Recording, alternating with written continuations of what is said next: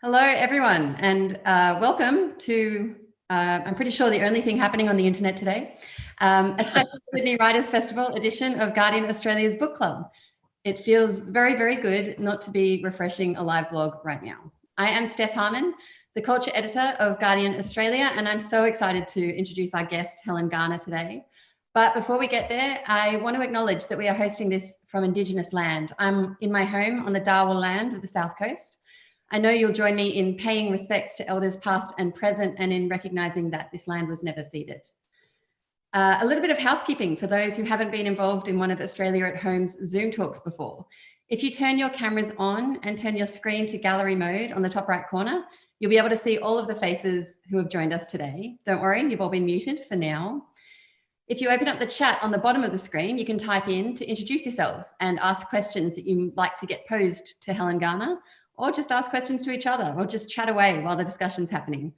We'll be scanning the chat for the best questions and calling members of the audience up during the conversation. So if you have posed a question, look out for a message from one of our organisers. They might invite you up to unmute your mic and ask the question to Helen yourself. Finally, we are filming this and we're live streaming it too, so please keep yourselves nice. Helen Garner is a giant of Australian literature who really needs no introduction. She has written some of Australia's most important, beloved and influential works of fiction and non-fiction. And that whole time, she has also been keeping a diary. While Helen made the very relatable decision to set fire to her earliest journals, she's releasing the latter ones for us to pore over, the second volume of which, One Day I'll Remember This, has just come out. She's here to discuss it with our host, Michael Williams. Welcome to you both. Thank you, Steph. Thank you. Thanks, Steph. And hello, everyone. As Steph said, we've done multiple versions of this book club so far, and it's a wonderful way to be able to have a chat to extraordinary writers, but in a way that you can genuinely participate. A warning right from the outset, I would happily sit and talk to Helen Garner for many, many hours without letting any of you get a word in edgeways. So if you have questions, put them in the chat and we will try and get to them across the space of this hour. Helen, it's so wonderful to see your face. It's so wonderful to get the chance to talk to you on the advent of the publication of the second volume of your diaries. Thanks. I wanted to ask, going into this book, how does it differ from this time 12 months ago when you're publishing your diaries for the first time? What are the things you learned about how it feels to share those private words with the world? Both times it feels like my guts are hanging out on a clothesline, to be perfectly frank. It's a very peculiar situation. It's a bit like being a ghost in your former life, just hanging over this record of the past, and other people are going to be looking at it, and it's really quite bad night's sleep making. You know, but at the moment, the anxiety about what's happening in America is so awful, and then the whole business of the lockdown and coming out of the lockdown, which makes me feel kind of timid and traumatized. I just don't know what to attribute to what cause. But I've taken heart from the way that people have responded to the first one, and I just thought, well, I might as well just go for it. And so that's what I've done. You're committed. It's the big trap of putting volume one on a book, is Yeah, that I know. You're on the train tracks now and there's no getting off. No, and at the end of every one, there's a cliffhanger, so I have to do the next one. But that's all right, yeah. It's kind of, on one level, it's actually quite fun, because it's not ordinary writing, it's editing. You know, the stuff is already written. And as with the first one, I made a sort of promise to myself that I wouldn't rewrite. I've only rewritten things. It's mostly a matter of cutting and filleting and throwing stuff away, which is a great pleasure to me. Throwing away things, I mean. When the first volume came out, amongst the anxieties, obviously one of the pressures that you felt was people reading themselves in the diaries and how they would respond to that kind of being aired and shared in public. Did that change the editing process on the second book? Did you have any responses the first time around that gave you pause or made you approach it differently? No, I didn't actually. Let me see. It's hard to cast my mind back to the detail of it. No, I was expecting. I did let people know that I was publishing the diary, and I tried to explain the process that I was using and the disidentifying of people, and I guess this is well in advance, and I was quite surprised by how many of the people I contacted said, some people I said, look, do you want to see the bit that concerns you? And I don't think there was anyone who wanted to see it. Most people said, go ahead, I trust you, which was an astonishing thing to say under the circumstances. I don't know if I'd be able to say that to someone who wrote to me with such a statement. But no, and the other thing was that publishing the first book, people's responses made me realise how ununique I am and how ununique my experiences are. People many times said, oh, this so reminded me of this part of my life, or yes, I know exactly how that felt, because and it's a really thrilling thing to find out that you're actually fully a member of the human race. Because I think writers, being weird, lonely sorts of people, we get the idea that we're sort of a bit like aliens. And I get that feeling anyway, and I know other writers who said similar things to me, just that feeling that there's something awful about you, and that you've got this terrible eye that looks at people and won't not see. But the number of people who made a point of telling me that how I mean, well, one guy wrote to me and said, I remember how it rained that year in Sydney. You know, that even that kind of detailed recognition was extremely thrilling to me, just to think that we were on the same planet, you know, in both in the book and in real life. I am very glad that you can't stop that eye seeing, but I do think one of the products when you read it is intense, kind of the discomfort of intense recognition. I think that experience you describe of feeling like you're part of the human race when you go back over it is an intense feeling in reading it. You said just at the start, you talked about the kind of anxiety of looking backwards. And there's a passage very early on in the new collection where you're asked by V, is The Fatal Shore the kind of book you'd rush out and buy? And you respond, of course not. I've got no feeling for the past at all. He replies, you've got a pretty strong sense of the present though, haven't you? A character with no sense of the past, but with such a sense of the present that she can be used as a gauge in any situation. I'm interested in the experience of going back over your own diaries and how much that feels like kind of reliving a perpetual present, if you like, rather than delving into the past.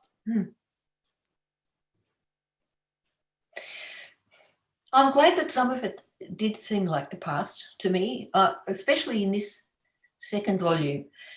There's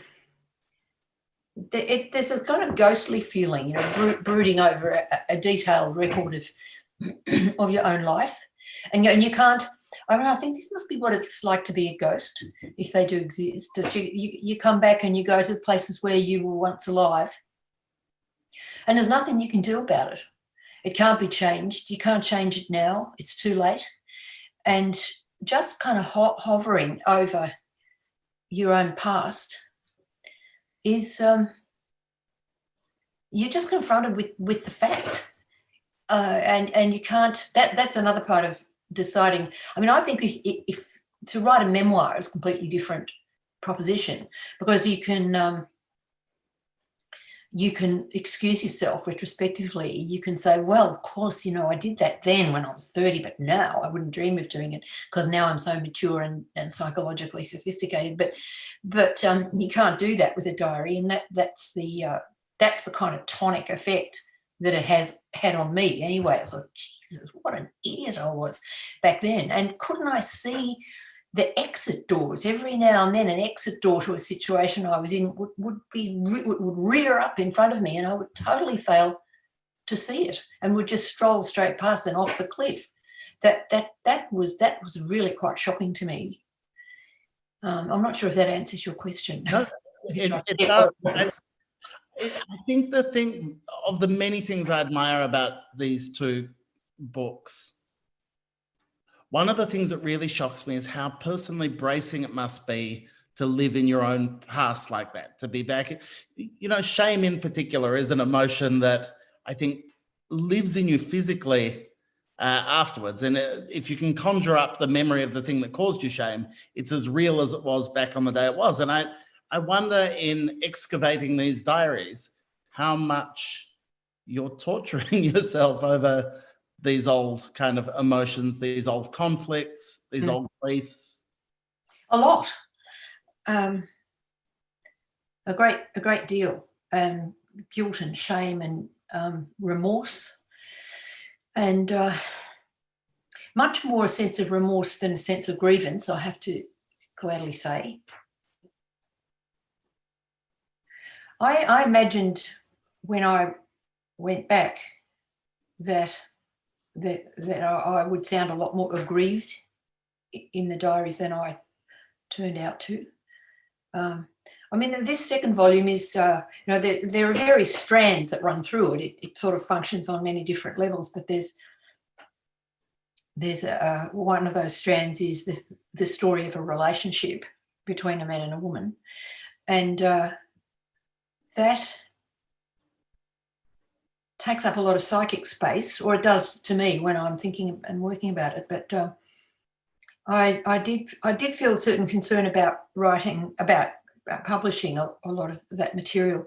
But I would wake up at 2:00 in the morning and I would think, how can I possibly say that? How can I put that in? And I would lie there sweating and groaning and thinking, okay, as soon as I get up in the morning, I'm going to take that out because it's outrageous to say that. Then I'd get up in the morning, go and sit at the desk, and I'd look at the passage in question, and I'd realise that, as usual, with everything that one tortures oneself about at 2:00 in the morning, it seems in daylight quite different. It's as if there's a part of you that doesn't function at 2:00 in the morning. And so you can go down a gurgler of horror and shame and remorse. And then when in daylight comes and you get up and whatever that thing is that doesn't work at 2:00 in the morning is working again, it's on. So I'd go and sit at the desk and I'd turn to the part that I had got the horrors about at 2 a.m. and I'd think, oh no, but it's perfectly all right because it's just one tile in this huge mosaic.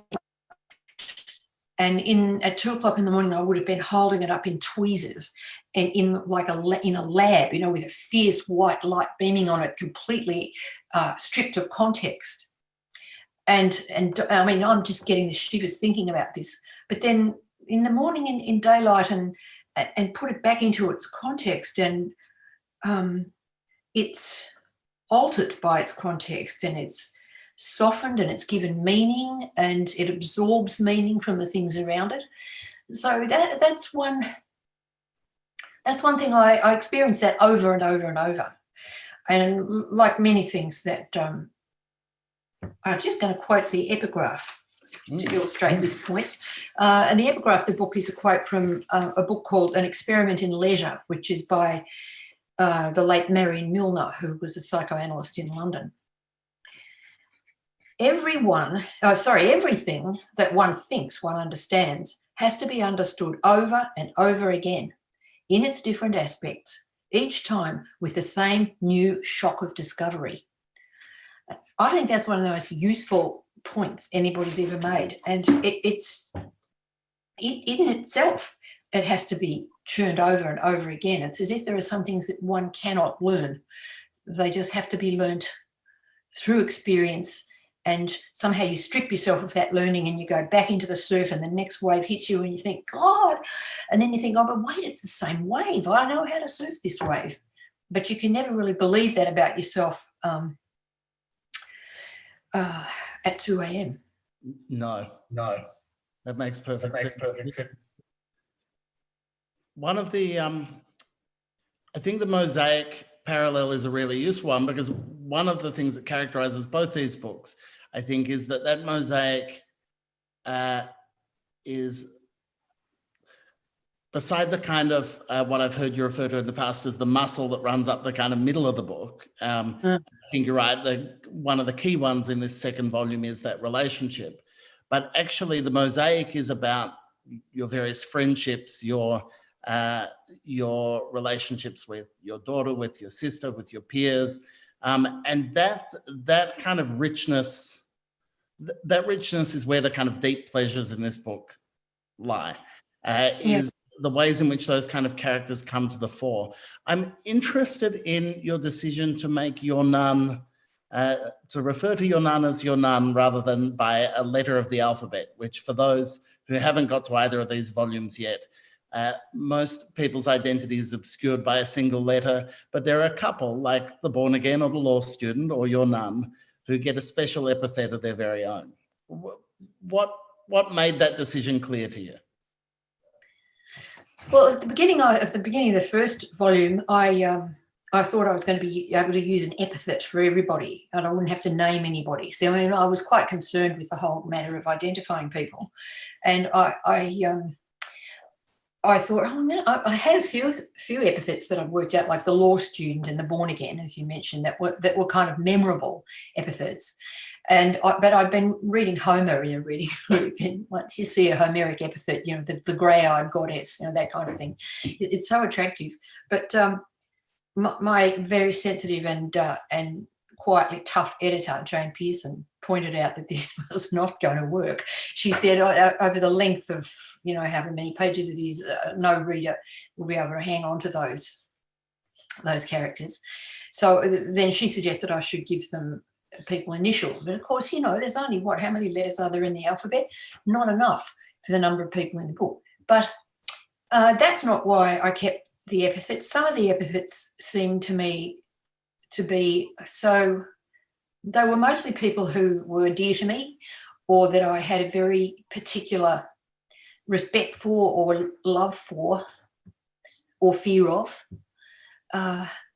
There's the great reader, for example, which is the old woman who was, a wonderful old person who knew everything. And there's the adventurous beauty, which I so enjoyed thinking that one. I sweated over that one for a while. But my nun, see, I had a friend who was a nun, and I met her through one of my sisters. And when we first met, she was still a nun. And she was American in a French order, which had its little branch in Melbourne. And so she was one of those nuns who they're called the Little Sisters of Charles de Foucauld, and Little Sisters of Jesus of Charles de Foucauld. And that's an order that I think started in the Sahara or somewhere. They're people who go and live, at the bottom level of society and do their work there. And I got to know her, and she was just a very funny, lively person and really quite hilarious. But over the period that I knew her, she got leukemia, and she discovered that every time she left the house, left where she was living, that her blood picture improved. She'd go home to America, for example, on a brief family visit, and her blood picture would enormously and immediately improve. And every time she came back to be with the sisters, it would get worse. And so after this happened a couple of times, she kind of got the message, and she thought, well, I'm going to leave. So she left the order. And I was interested in, sorry, I'm going off on a tangent about the nun, I think. I had greatly admired her. She was a hilarious and admirable person with a very interesting, weird past, which she revealed to me as the case went on. But I really loved her. One reason why I loved her was because she had the whole godly business sorted out in a very practical way. And there's a scene in it where I would go to stay with her and her girlfriend, because she then had got a girlfriend, and they were living in a remote country town. And I took her to get a blood transfusion one day. And on the way back, she said, drop in at the presbytery, because I want to pick up a consecrated host, a wafer, a communion wafer. So I go, okay. So I'm sitting in the car outside, and she comes out with this wafer, and it had been especially blessed for the nuns. And she just says to me, you want to go halvies? I go, okay. So she just snapped it in half and said, this is Jesus. This is all things good. And she just handed me half of the wafer, and I started eating it. And I just sort of drove away still eating it. And I thought, that is an image to me of how religion it can fit into ordinary life. You don't have to have a golden palace. You can just say, here, let's share it, and hand it over, and you just take the wheel and drive away. And so I just adored this nun. Anyway, she died. I love that story, and your love of her comes through really beautifully in the book. I think the reason I wanted to ask about her is it seems to me things like belief and faith are positions that change for us drastically across our life. And I'm curious about how, for those, whether it's political beliefs, and we'll get to the publication of the first stone and the stuff around that, I suspect, in a minute, but things like your own personal faith and religion and understanding of your place in the world. Do you read younger Helen and feel very differently to the way she did about those things, or do you feel that you're of a piece with her? Oh, of a piece, I suppose. But as you say, those things fluctuate. I wasn't raised with any Christian belief, or my parents weren't. I was never baptised as a child. They just weren't interested. I just happened to have been sent to a church school, a private school. So at an Anglican school, you get to learn about the prayer book and the Bible, and you're familiar with them and familiar with the stories that are in the Bible and why they're interesting and important. And then as I sort of moved away from it and fashionably scorned it, as everyone did back in the 60s. Well, all people that I hung out with did, and 70s. And I just, as my life, the difficulties in my life fluctuated and became severe, or painful things happened, people died. It just seemed to me a series of images and thoughts and stories that were sustaining to me at certain moments when not much else was sustaining. And that's all I can say about it, really. Yeah. Thank you. We have a question from Megan. Megan, are you ready? Hi, Helen. Hello. I was just thinking, did you have a sense of certain phases of your life as being like happy or harder phases? And did going back to the diaries and editing and shaping them, did that change how you thought about certain times of your life? And now do you have like this sense of distinct different times after turning them into books? Yeah, I do. I do, particularly now, because now I've been on my own I'm not in a couple, for 20 years now. And I would say that this has been the happiest time of my life, partly being a grandmother and finding out that, learning that there was a sort of love that was also a kind of service, and putting myself at the disposal of people that I love instead of fighting for a place to stand. Those times that I talk about in the diary that are, which are sort of fights for self, really. I find them hard to talk about outside the actual text, but there are some times where I feel that I behaved. I don't like the way I've behaved at certain times, and it was painful to me to see them again. But you have to accept that you did those things and somehow make yourself large enough to think, okay, I've done that. I did that, and that's what I was like back then.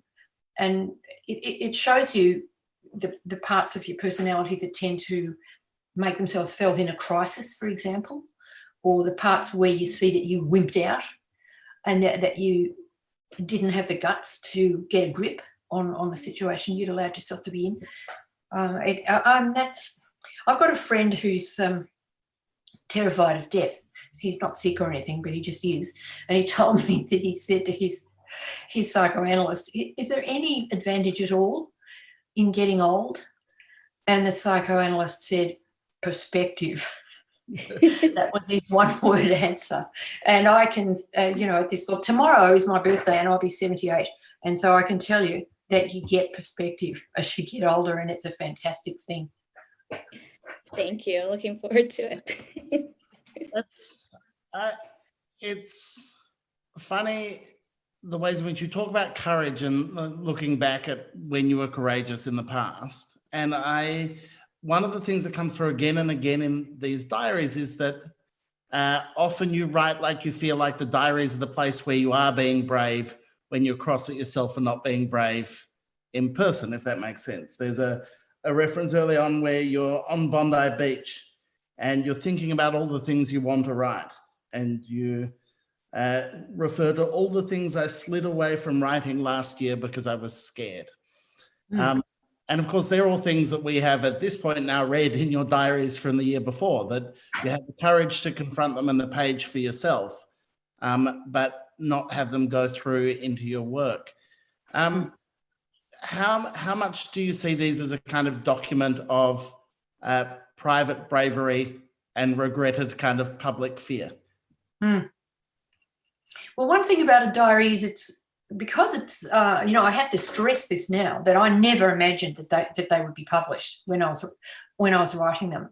I always thought that I could, there would be stuff in there that I could use in my books, but I never thought of them as being published. So in a sense, a diary it's a very bracing resource that you've got if you're using it brutally, toughly with yourself, and not using it just as a place to kind of whinge and declare your own perfection and everybody else's failure to perceive that perfection. I think, I suppose in a way, a diary is just a set of notes, even no matter how carefully you compose it. It's a set of notes, contemporaneous notes, that you on experiences that you, in a sense, not ready to process yet. So that 20, 30 years later, you go back and look at it and you think, oh, yes, my memory of that wasn't quite right. I had a self-favouring memory of that. And I see that in that situation, I actually did behave appallingly. Or else you go back and see, oh, yes, I remember that I'd been a total wimp back then, and that I had no guts at all, and that I just lay down and let the truck go over me. And then you go back and you say, oh, no, I didn't. This happened and that happened. It's just there are these little details that you write down that, as it were, enable you many years later, in retrospect, to understand what was really going on. Not sure if that answers your question either. It absolutely does. We have a question from Sandy. Hi, Sandy.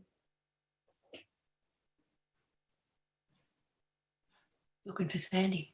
Yep. At the moment, drag out just beyond when I could pretend I was ready. No, that's fine. I have to wait for the host to unmute me. Thank you very much, Michael, for this wonderful opportunity. Helen, happy birthday for tomorrow, I understand. Thanks. I'm a journal writer and have been for many years. I started writing a journal in 1969 when I was, way big. And I look back on my journals and my diaries, and I am horrified by some of the things that I thought and wrote about. And so my question to you is, were there any parts of your past that you reviewed when you were going through this process that also sort of surprised you about yourself, or horrified you, or made you stop and really question who you are today because of the emotions and the feelings that you had when you were writing the diary, and the juxtaposition of what you are and who you feel you are now? Do you understand what I'm asking? I think I do. There are times I look back on I'm thinking about George Saunders, who's a writer I greatly admire, an American writer, and he was once asked what he regretted when he looked back on his life, and he said, "I regret more than anything else my failures of kindness." And I do feel I felt that quite strongly. I felt my I get appalled at examples of my my selfishness, or what I see from here as selfishness back then. Narrowness. I think though that I know that some people write diaries differently from me. I'm very interested in the small events of life, the little things that happen, the things that, the sort of chair that you have in the kitchen, or what someone said to you down at the supermarket, or things like that are extremely immediate and practical in a sense. There's a lot of material objects that I notice in my diaries when I go back and look at them. Things that I see, or so I don't find that I have written, this is what I think about something in a great flowing text, or this is what I think the world is like now, or I'm a feminist because, and like page after page. I know that some people use their diary in that way, and I've never done that. I'm always much more inclined to write a sort of chunky little daily report.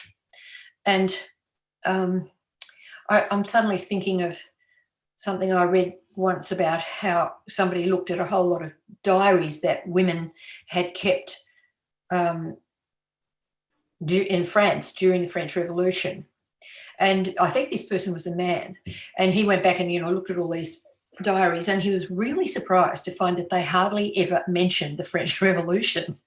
I mean, it was this enormous crashing disaster and thrilling event that was going on all around them. But they were writing about what happened that day, what happened when they went to the market, how much things cost, or what clothes, if the shoes they got were going to suit them, or what their children said to them. And so that's why I don't usually go back and find a coherent account kept at a previous moment of what I thought about anything. I usually might say things like, as the publisher put on the poster, they sent me the poster and I opened it up, and the first thing, they've got all these excerpts from the things on little garlands, and one of them said, privately, I consider this to be bullshit. And I just burst out laughing. I remembered immediately what it was that I was talking about, but I thought, isn't it interesting, these young women who are, these young publicists and designers who are looking at my diary, that would be something that jumped out at them. And I think, yeah, you're not sort of supposed to say that kind of thing anymore. Everybody's so careful about what they say. And the thing about a diary is you don't have to be careful about what you say. So you can say quite brutally what you think about things, but you don't have to develop a whole rationale that goes on for pages. This probably isn't quite what you were getting at, but anyway, I hope it's relevant to some extent. Privately considering something to be bullshit is the great luxury, isn't it? You don't have to have the fight in the moment. There are moments in this that read like kind of teasers for a narrative to come. I'm thinking in particular of your description of attending your first autopsy, for example, which is a beautiful scene, and your kind of wonder at the competence and professionalism of the people there, and your happiness radiates off the page. It's a description of someone who feels like she's arrived somewhere where she belongs. That must have extra resonance when you're going back over the edit and you come across a passage like that. That must just must carry a lot of weight and significance to this day. Yeah, well, that particular experience was, I was thunderstruck by that experience. I spent 3 or 4 days down at the morgue, and I don't know what I learnt. So I learnt something that was beyond putting down in a sentence or two. But yeah, I guess when I get to volume 3, which I'm going to start working on as soon as after Christmas, maybe, I think I'm going to discover in there stuff about courts, discovering courts. And I think it may be that discovering the law and courts and that I could write about them was the most wonderful gift to me. Just, I mean, as a person of mature years, suddenly I walked into a court and blam, this bomb of meaning went off. And I connect that back, in a sense, with the visit to the morgue, in the sense that a court and a hospital and a morgue, they're places of extreme seriousness where human existence is being dealt with within a very firm structure, an agreed upon structure. And people there are, well, they're either dead or they're in extremis. And it seemed to me it's an enormous privilege to be able to go to those places and be free to observe and to use what's happening there. I feel that very strongly, and I think that's part of what you mentioned about the sort of happiness that came out of that. I know there are some people, I mean, the whole time that I was, just editing back that section, I was thinking some people are going to think I'm really weird. This is really gross and grotesque, but instead of which, I mean, I don't care if they do, because I was thunderstruck by that experience and deeply moved and empowered by that experience that I had, and I'll never forget it.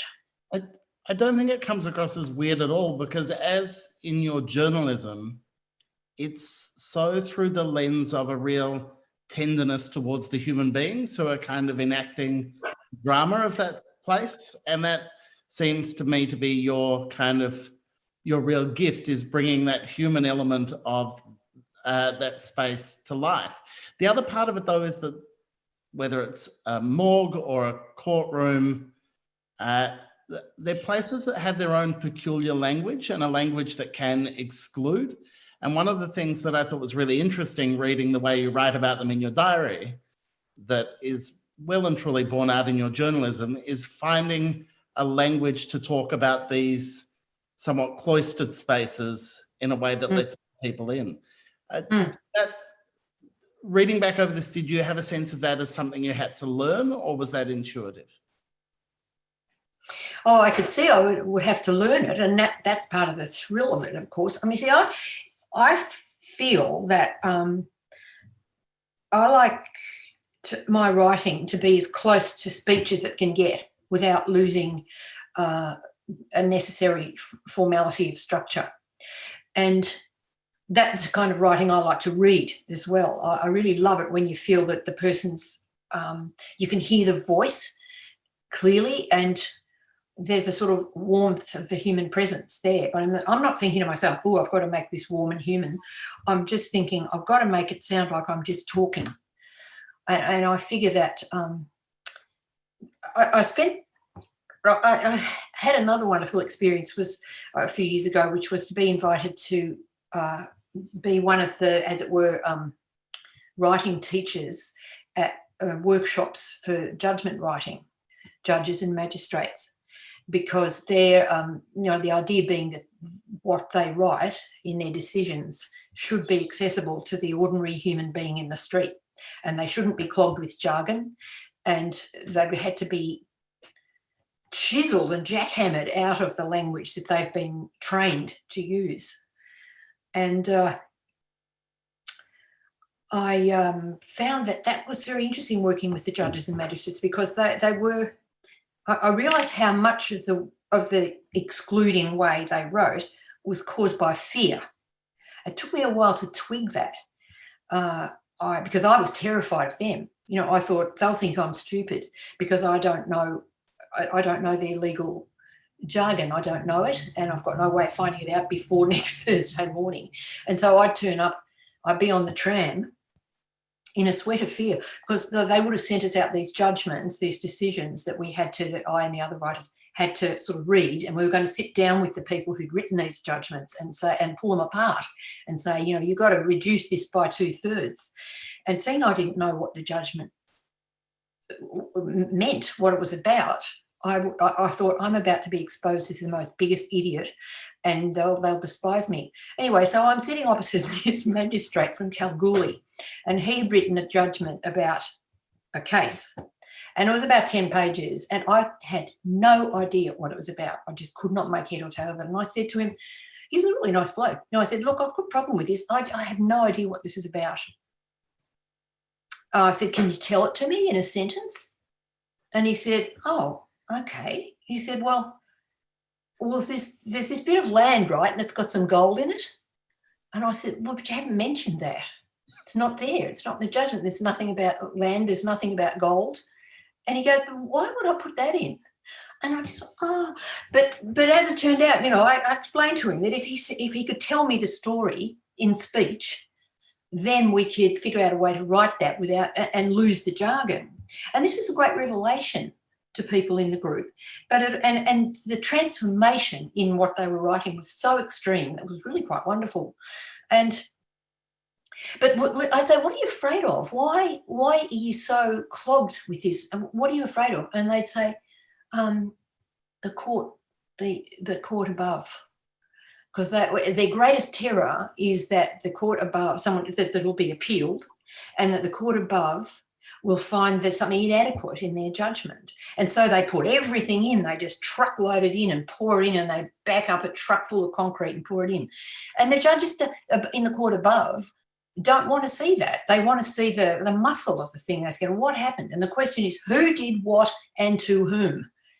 That's the question they had to ask themselves, instead of going where to for and with regard to and all that sort of clogged crap they would go on with. And so I took away that lesson to myself. I thought that's the way I want to think about this as well. I want people to know immediately what I'm talking about, and for no reader should ever have to fight their way through a load of fear-induced crap on the outside of anything.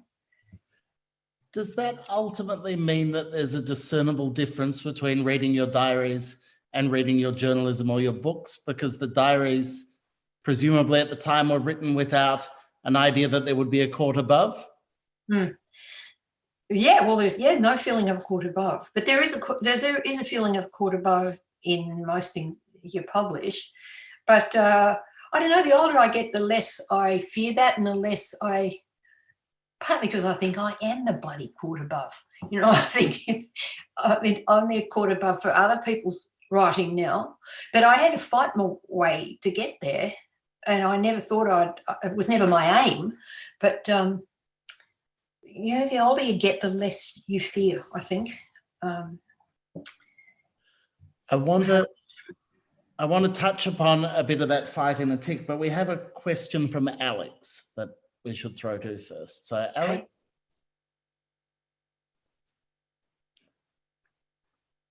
Seamless technology, I love it. It'll happen. Oh, I believe. Like the US election, we'll get a result soon. Ooh, yeah, that's a sore point. Where's Alex? We may have lost Alex.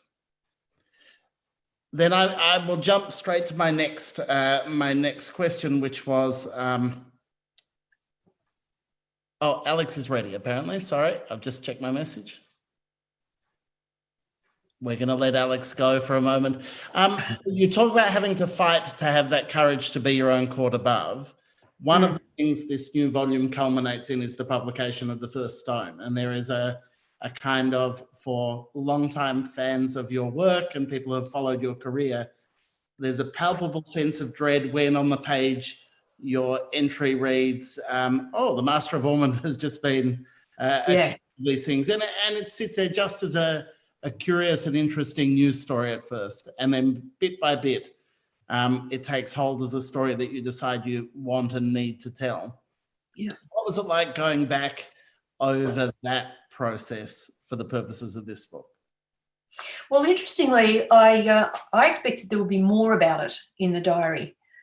but then I thought, hey, come, where's all that other stuff? And then I realised that other stuff was actually in, because I have this sort of series of diaries and journals. When I first decided that I was going to write a book about that, that's when I started a separate sort of daily journal about that case and the inquiries that I was making into it and the obstacles that I ran into and the people that I interviewed and the people who wouldn't talk to me. I'd sort of, there's a kind of Billabong effect there, that there's a whole nother set of journals. And this is the case about every non-fiction book that I write. There's a sort of process journal that goes with it. And that's separate from and different from my daily diary. And those are all gone away. So it wasn't, there's hardly anything in it about the research that I did for the book or the interviews, but there's a fair bit in it about the shit canning I got when the book came out, which was rather painful and awful. I think one of the things about reading about that kind of response was in a kind of what must have been incredibly upsetting microcosm, the experience of publishing something and having readers respond to it in a way that didn't fit with your expectation or your intention. One of the things coming out of the diary is the times when the kind of brickbats seemed to be coming in bad faith, that people were interested in the fight rather than in kind of having the conversation. There's an interview where you go in carefully prepared, having read the interviewer's book on the subject, actually welcoming and ready for a kind of conversation between people who didn't agree. And instead, you got hung out to dry. Would you approach that? How much did that change the way you write a book and you think about an audience when you write a book? Oh, well, the whole experience of the first stone and what happened afterwards was really awful and painful, but enraging. But when it was over and I kind of got up and dusted myself off, I thought, okay, I've got the other end of that. Now I can say anything I want, and I'm going to. And I felt that what it did was blasted me out of a kind of reflexive type of feminism that I'd been writing from within ever since I started out. And I think that was, feminism came like a bombshell to my life in the early 70s and enabled all sorts of things for me. I mean, it's been the most liberating force for me in my life, and I'll always be grateful for that.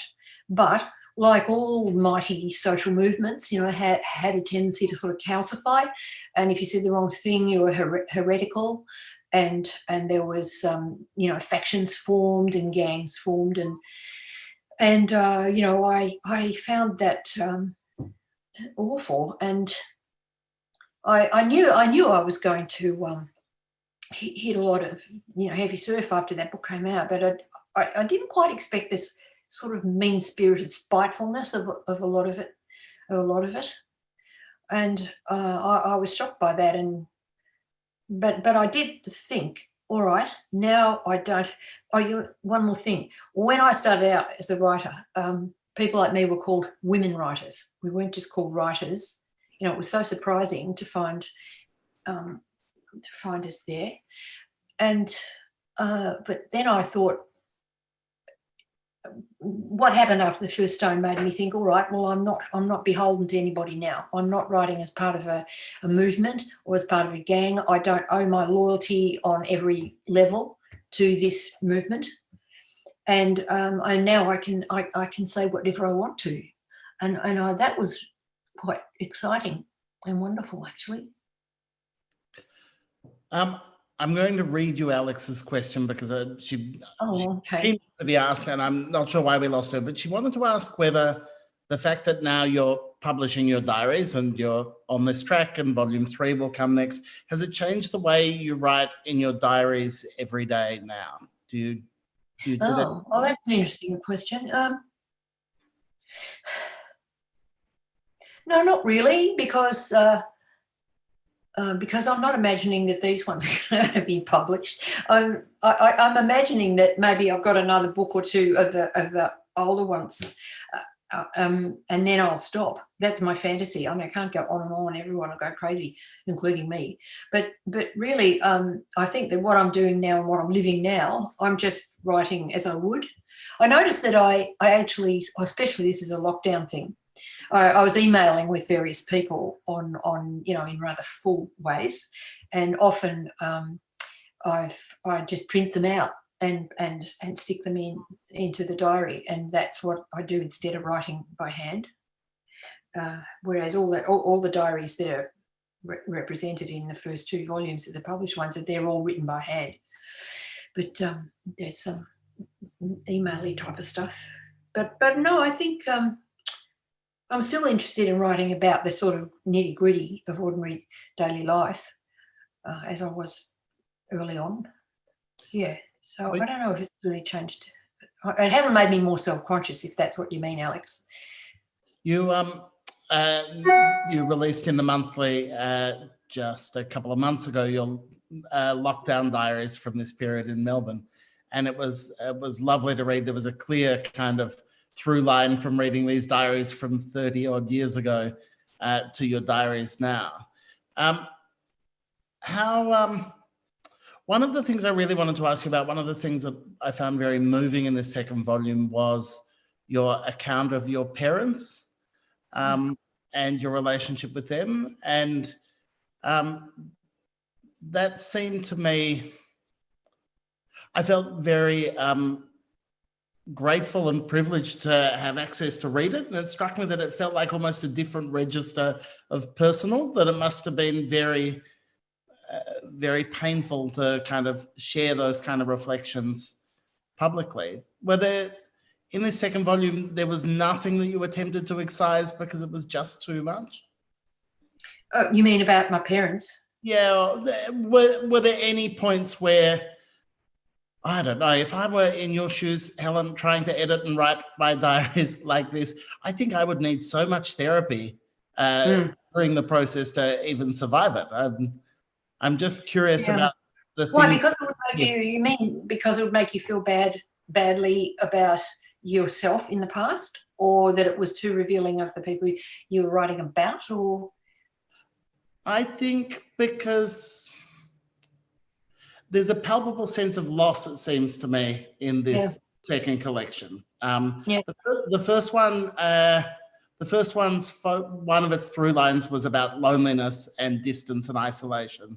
And for this second one, it was about a particular kind of, it struck me as being about a particular kind of love and trying to find a language for that love. And so it meant the sense of grief and loss was palpable. But maybe I'm just projecting. No, the stuff about my parents, both my parents are dead now, God bless them. And there was stuff about my mother. It pains me to think about my mother. And I fought my father ever since I was a teenager. We just fought. And then and I always used to think that I'd be glad when he died, and that I would be able to get to my mother and know her in a way that I never did properly, I felt, because my father was this big figure engaging me fully. But of course what actually happened was that she died first. And so then I found that I had to deal with my father one-on-one, and that made me realise how there's a theme that runs through this second diary, which is everybody thinks that the world is made up of couples, but it's actually made up of triangles, and that of course applies with bells on to one's relationship with parents.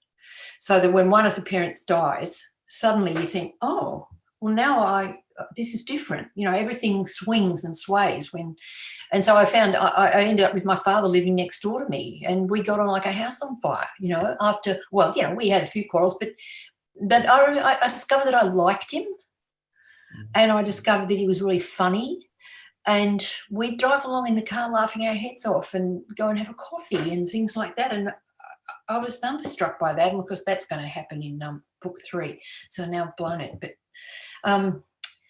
yeah. So it pains me about my mother. I used to think it will be great when Dad dies, because then I won't have to think about him anymore, and I can deal with Mum and make it right with Mum, and all the difficulties that I had with being, cleverer than my mother, and more highly educated than my mother, which caused me a great deal of angst and impatience and things I'm ashamed of. That's where I feel that lack of kindness and regret for lack of kindness. I'd give anything if she'd walk in here now and I could be sweet to her, and but they go and they're gone. Yeah. God. We had a question come from Caroline Baum, who is here in the audience. We're too short for time to try the live cross again, but she was interested when you talked about shame and you talked about kind of guilt, and it was regret in particular she wanted you to elaborate on, and you shared the George Saunders quote with us. Does regret feel useful at this point? Does it feel like it's not too late. I mean, if you discover regret in a useful way before you're actually on your deathbed, you learn what it is. That's the thing about looking back at a diary. You see the sort of strands of your character, and you see what parts of you are ugly and defensive, and what parts are angry when some other feeling would be more better. And you get to know yourself. You say, look out here, this comes again. It's heading for me, and if I just stay calm, I won't have to react to it the way I did back in, So I mean, I actually do find that I've learned things about myself that have been very useful, and a lot of those have come through the regret and sorrow that I feel for the years when I didn't know myself well enough to limit myself and to love someone cleanly.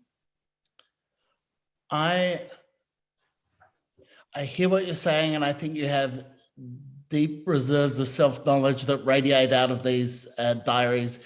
But I also think, as I thought in the previous volume, you're way too self-critical. What comes across again and again is the sheer generosity and kindness that you, with which you share your life with the people who appear in the books, and which you share these diaries with us, your readers. And so on this birthday eve, which seems a very auspicious time to get to talk to you, I would like to thank you very much for joining us for this chat. And I'm sure everyone else in this chat would join me in thanking you very much. You are unique. I'm not, but thank you so much. Thanks. This has been really fun. Thanks, Michael. Thanks, Helen. Bye, everybody. Thank you so much, everyone. Thank you, Helen. Thank you, Michael, for such a warm and generous and thoughtful discussion. It was a really wonderful way to spend a fairly frightening day. Thanks to everyone who asked questions as well. I'm sorry we couldn't get to all of them. Big happy birthday to Helen Garner for tomorrow. We do this monthly, so please stay tuned to Guardian Australia to find out who our December guest will be.